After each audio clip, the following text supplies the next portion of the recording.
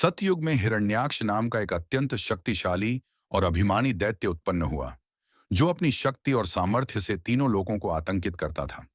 धीरे धीरे उसका अहंकार इतना बढ़ा कि उसने देवताओं को पराजित कर स्वर्ग लोक तक पर अधिकार कर लिया।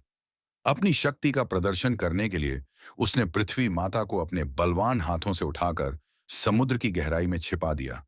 जब पृथ्वी जल में डूब गई, तो सभी लोगों में हाहाकार मच गया। देवता, आर्षि और समस्त प्राणी भयभीत हो गए कि यदि पृथ्वी ही समाप्त हो गई, तो सृष्टि का संचालन असंभव हो जाएगा। संकट की घड़ी देखकर सभी देवता भगवान विष्णु की शरण में पहुंचे और प्रार्थना की कि वे सृष्टि की रक्षा करें।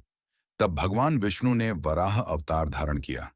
वे एक विराट शूकर वराह के रूप में प्रकट हुए, जिनका शरीर पर्वत के समान विशाल, चरण आकाश को स्पर्श करने वाले और गर्जना से संपूर्ण लोग गूंज उठे।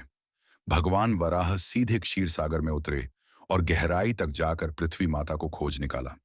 उन्होंने अपने विशाल दांतों पर पृथ्वी को उठाया और जल से बाहर लाने लगे। तभी हिरण्याक्ष ने मार्ग रोक लिया और भगवान वराह को ललकारा।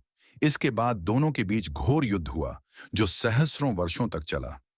देवता इस युद्ध को देखकर विस्मित हो गए और उनकी दृष्टि हर पल इस दिव्य संग्राम पर टिकी रही। अंततः भगवान विष्णु ने वराह रूप में हिरण्याक्ष का वध किया और उसे उसके अहंकार से मुक्ति दिलाई। इसके बाद भगवान ने पृथ्वी माता को सुरक्षित जल से बाहर निकालकर ब्रह्मांड के अपने स्थान पर स्थापित किया। इस प्रकार भगवान विष्णु के वराह अवतार ने न केवल सृष्टि की रक्षा की, बल्कि अधर्म पर धर्म की विजय भी सुनिश्चित की।